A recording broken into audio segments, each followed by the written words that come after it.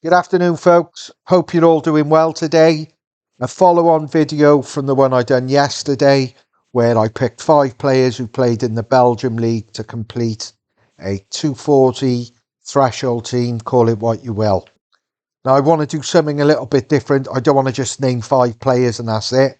I want to show you a technique or a system that I use on Sofascore that helps me identify the players that fit into my criteria for a threshold team. Unlike yesterday, some of the players will have averages over 48. Some of them will be, expensive compared to the ones I was demonstrating yesterday.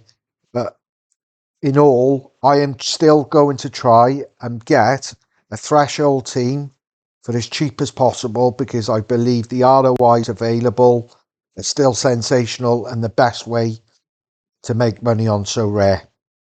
So as you can see, I'm already on Sofascore. I'm on the Super League in Turkey.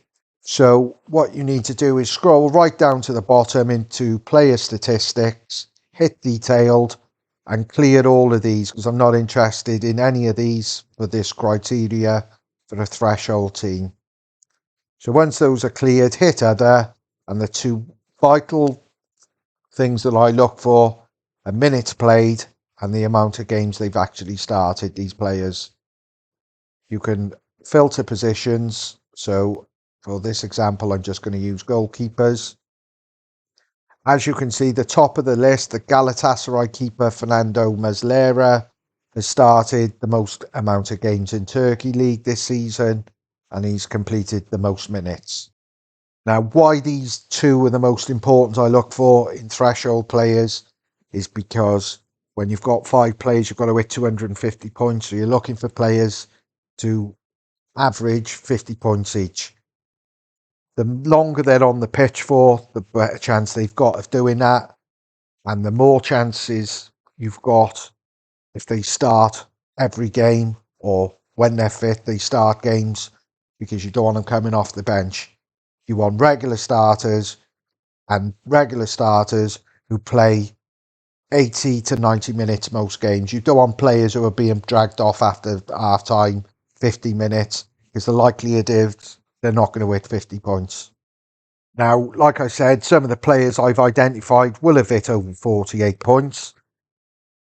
However, you need to decide once you go through this system, you need to decide where you're going to try and save points to put on your midfield.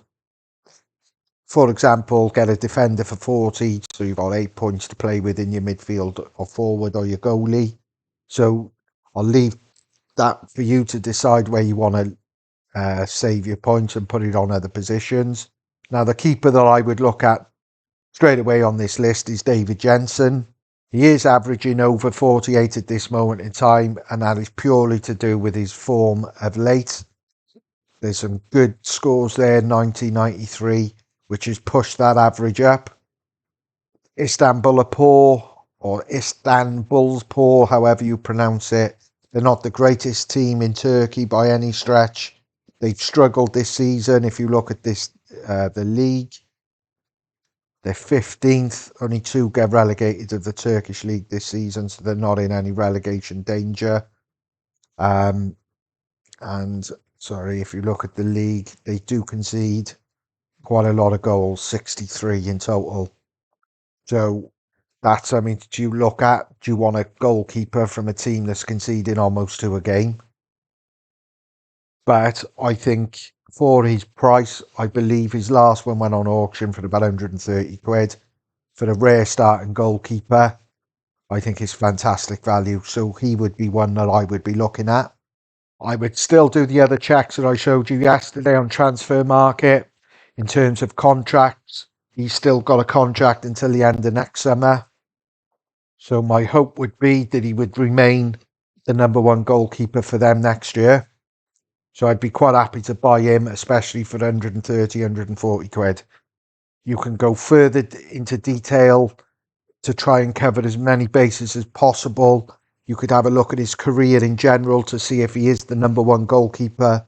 The majority of clubs that he's been at, did he start how many games has he started over the last 5 years, for example, to get, like I said, to try and cover as much as you possibly can to ensure that you're not throwing 100 quid down the drain on a goalkeeper that's not going to be number one, or he's quite happy to be just sitting on the bench, picking up a wage, doing very little. You just want to eliminate as many risks as you possibly can with the information. Very limited information, I give you that, but what's out there on the internet. And that's what you need to do, in my opinion. So going back to this filter, I would then look at defenders. Now, obviously, you've got to be realistic with a threshold team. You're not going to be getting, for obvious reasons, star players who are hitting great scores every week, because then obviously their averages are going to be too high. So personally, I would be looking not from the dominant teams, the Galatasarays of this league. I would be looking for teams, decent teams that have finished, top 7, top 8, whatever. Connorsport in particular, because they've conceded the least amount of goals outside the top 6. So if you're looking at defenders, keepers, etc., they're the sort of team that I'd be looking for. And likewise, Alanispoor or Fatty Karagamarak, whatever the hell they're called. I know what's his face manages them. Perlo, he's the manager of them, and look at their record. They've scored 71 but conceded 62. So I would be looking and thinking I want their attacking players, but I certainly don't want any of their defenders or goalies. And you can apply that to midfielders because they lose points as well. So definitely the offensive players, they're a team that I would definitely be looking at. So I would just be going through on this defenders list now. I would be going through all of these, doing as much research as I possibly can, try and find what I believe are the best valuable or best value players possible. And like I said, from teams who have got decent defensive records, but not a top dominant side there. So onto the midfielders. Apply the midfielders. Now, I already mentioned this team that Perlo manages. This boy jumps out at me straight away. Ex-Zenit player, Magomed Ozdouev. He started 30 games and he's completed 2,578 minutes, which gives me an indication when he starts. He's rarely brought off, and if he is brought off, it's the latter stage of the game. So he's playing good minutes to try and get you, or to try and accumulate good points, because that's what the aim of the game is. And the longer they're on the pitch, obviously the better chances they've got of doing that.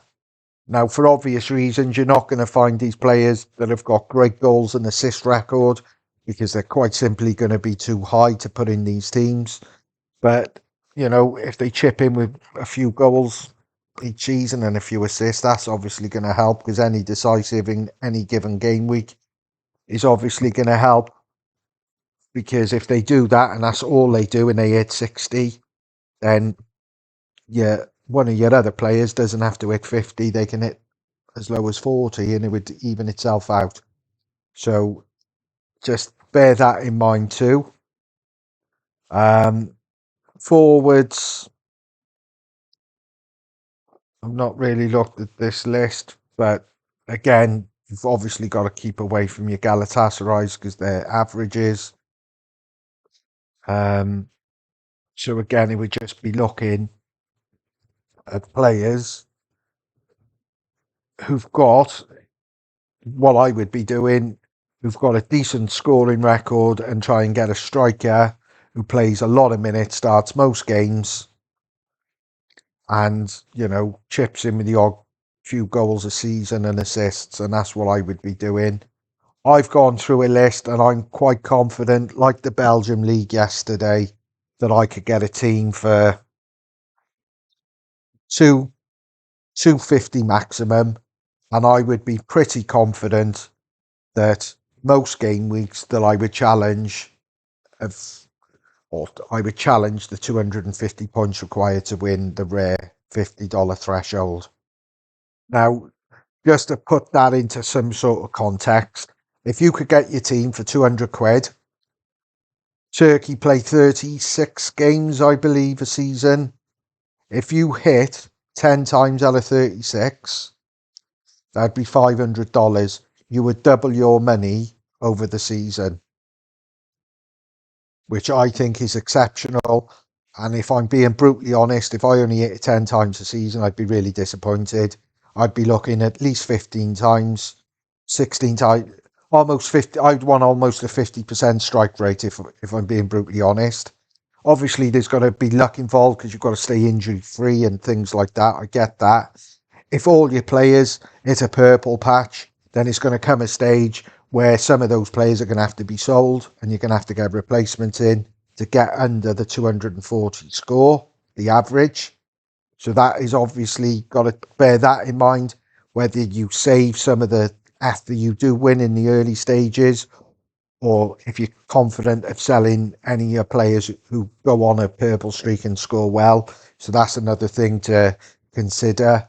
But for me, I've always thought it, F thresholds for me, especially on a smallish budget, is the best way to return your investment as quickly as possible. I know you will have the odd exception where someone will just come in, buy a limited team and fluke a win and come on the podium. That is very few and far between. It still favours the Wales for me, all these cap leagues, even though this is not a criticism. I like the cap leagues, but the more choices you've got and options, the more advantages you've got. And Wales have got the biggest number of cards, so they're going to have all the options. So I think it's so competitive. The beauty about trying to win thresholds is all you're doing is competing to try and hit 250 points. You're not up against people who've got galleries of 1,000 cards. Your sole objective is to hit 250 points with your 5 players. It's a lot harder than it used to be before the cap. You could just buy 5 players and just put them in every week. That's obviously gone, but I still believe it's achievable consistently and with very little outlay. And while goalkeepers, for me, they're so cheap in comparison to what they were before. While they remain this cheap, I want to buy as many as I possibly can, if I'm being honest. Not just for thresholds teams. I want to get back into the rare teams. And I just think there's no better time to get involved back into the threshold teams in particular, because as I keep repeating myself, the returns are sensational in my opinion. Now, I know some of you will say all this information is available on So Rare Data, and 100% it is. However, I don't subscribe and pay for the version of So Rare Data. I don't know whether all this information is on the free. I know there's lots of people who can't afford, or they just won't pay So Rare Data for the subscription, which I don't blame them. So for me, Sofascore has got so much information on there. You can get most of it on there, and it's very useful. Even if you're not looking for those particular stats on how many people or how many games players they start games and how many minutes, there's so many other things on there in terms of chances created. If you're looking for the better teams, it's a great site for me. It's a site that I've used from day one, from being on So Rare, and I'll continue to use it. So anyway, guys, I've gone on long enough. Hope you found this video useful. If there's anything I can help with you, give us a shout. And that's it really, guys. I'll see you very soon. All the best. Cheers, guys.